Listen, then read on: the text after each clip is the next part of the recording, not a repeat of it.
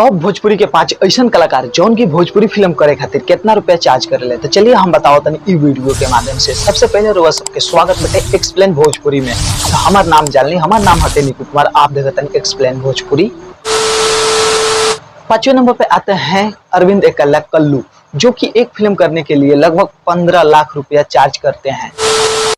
चलिए अब चौथे नंबर पे बात करते हैं। चौथे नंबर पे कौन सा कलाकार आते हैं?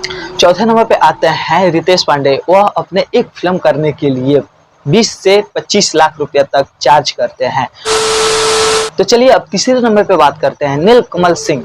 नीलकमल सिंह यह अपने एक फिल्म करने के लिए 30 से 40 लाख रुपया लेते हैं, जो कि इनके मार्केटिंग के हिसाब से सही भी है।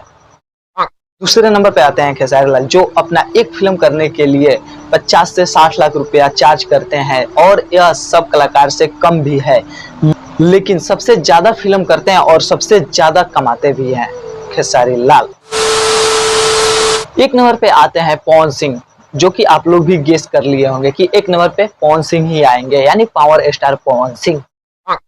यह अपने एक फिल्म करने के लिए लगभग 50 से 75 लाख रुपए तक चार्ज करते हैं, और यह अधिक भी है सब कलाकार से, लेकिन बहुत ही कम फिल्म करने के कारण इनका कमाई बहुत ही कम होता है खेसारी लाल के मामले में।